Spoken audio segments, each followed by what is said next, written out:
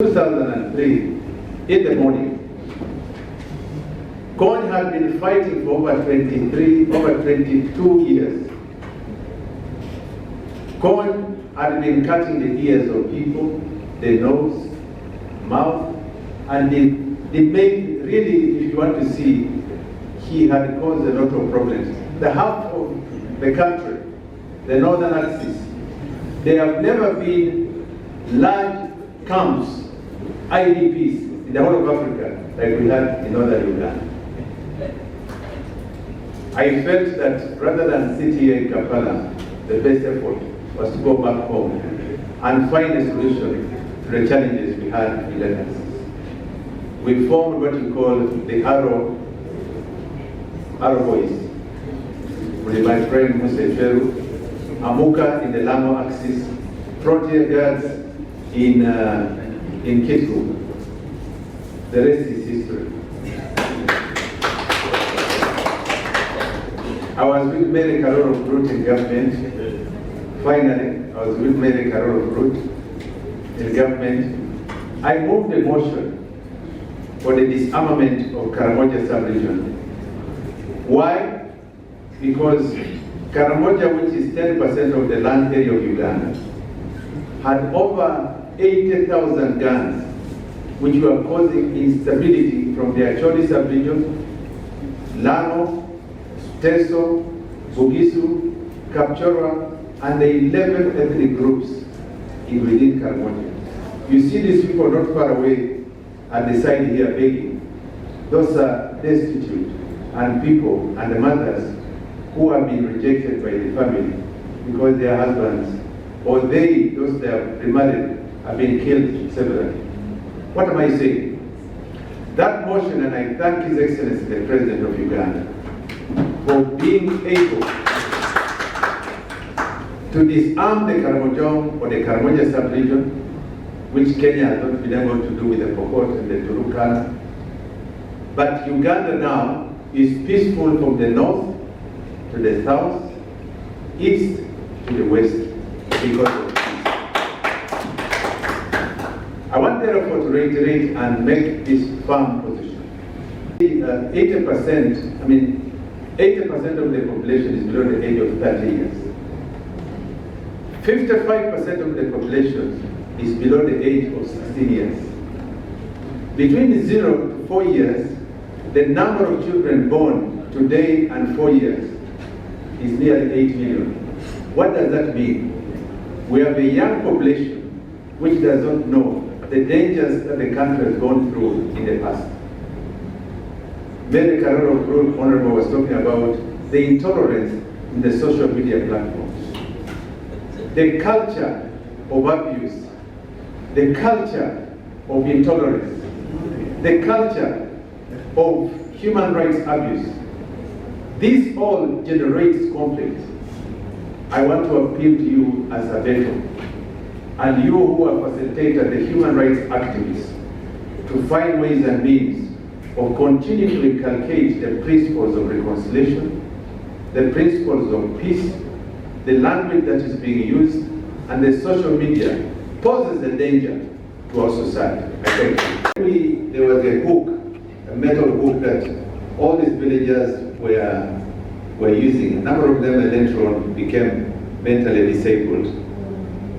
But one of these bodies that we pulled had a baby who was holding on to.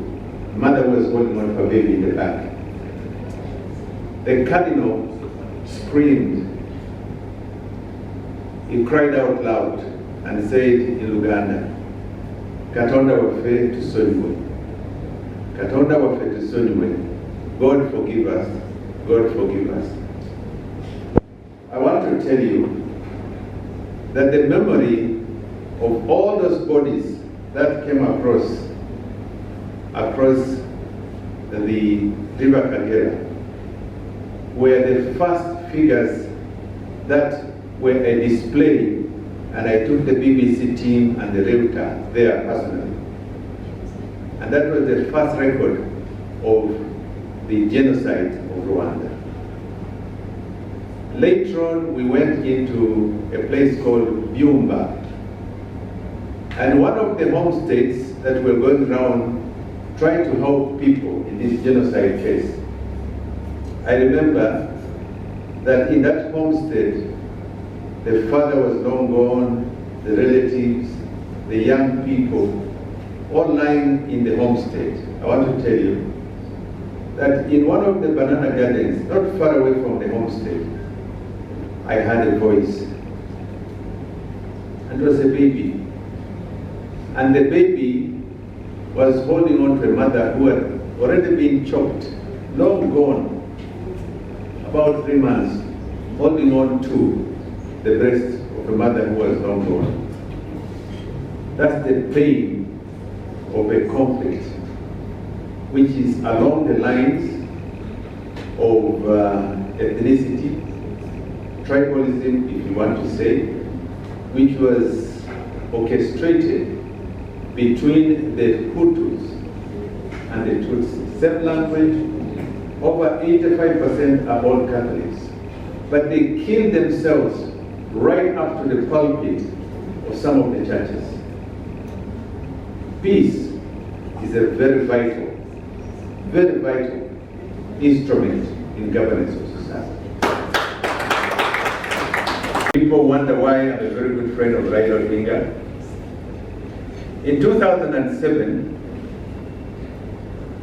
2008, when Kenya had challenges, many people ran into Uganda. I thank President Museveni for his efforts to accommodate always people who are running away from danger. I called the President, Raila. He actually called me 5:30 in the morning. He was expecting to be sworn in. Then the flow of news came in and said from 10, the results are starting to shift in favor of then the late Kibaki, when he had actually been predicted to be the winner. I want to tell you, that was the beginning of the troubles in Kenya. And you know how many people perished. Fast forward, I want to tell you that I called the president later on. There were major challenges. But when I talked to then the President Akufo, his private secretary, I talked to President Akufo, who was my very good friend. He's now retired in Ghana, was the chairman of AU. And I asked him, sir, why don't you assist the president of the people of Kenya?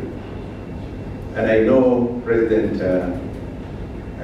Minister now then, Raila. He said, give him my number, tell him to call this number. I got later on Raila, and he called the president, who was the chairman of the African Union then out of South Africa after Gaddafi supported that effort. I want to tell you, that was the beginning of the efforts, the initiative to consolidate the peace efforts in Kenya. What do I mean? When President Akufo then talked to Kenya rejected him to come in as a mediator because they thought he had been talking to Raila. They had been listening to the phones.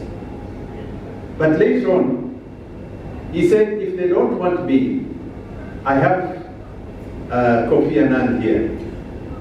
I could ask Kofi Annan to come. And Kofi Annan then was going for treatment in UK and said, I will only go to Kenya if the big boys give me the support. That's the Americans, the British, and the European Union. That was the beginning of the Kenyan efforts. A simple telephone call. President and Prime Minister Raila Odinga. When we had the problems with ADF, I remember at one point President Museveni appointed my Vice Chairman Kigongo to chair the peace efforts, the initiatives in the Rwanda region. And I want to tell you that it was cited that the king of the Rwenzururu, or the Bakonzo, was up in the hills. And that's why the Bakonzo were supporting quietly ADF. There was a big effort. So what we did was the president then initiated through General Saleh to work together. And I was sent with the Norwegians on the peace efforts to bring the king from then California. Fast forward, we sat down, the king was in Washington. He had been moved to that axis from during the time of the vote in 1982, and he hadn't come back then. I was able to convince him in the 4 days to come back home. And I want to tell you, when he got back here, I want to tell you that when the Bakonzo saw their king, that was the beginning of the Bakonzo negating and embracing peace in the Rwadans. Their own problems between the Bakonzo and the Bamba. And you do recall, the Bakonzo attacked the barracks in the axis of Bundubujo and that axis. I want to tell you, the president again sent me, gave me his helicopter, and I went in, put the two together, brought them to Fort Portal, and we signed what we call the Royal Communique to stop the killings and the barbaric interclanal battles between the Bakonzo and the Bamba. And I want to tell you, that was also a major achievement in peace.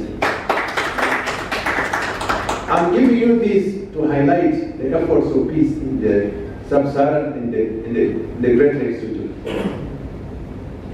Later on, there were efforts, the Bakonzo were having problems themselves, which eventually led to the problems in Rwenzori, in Kasese. You know the story.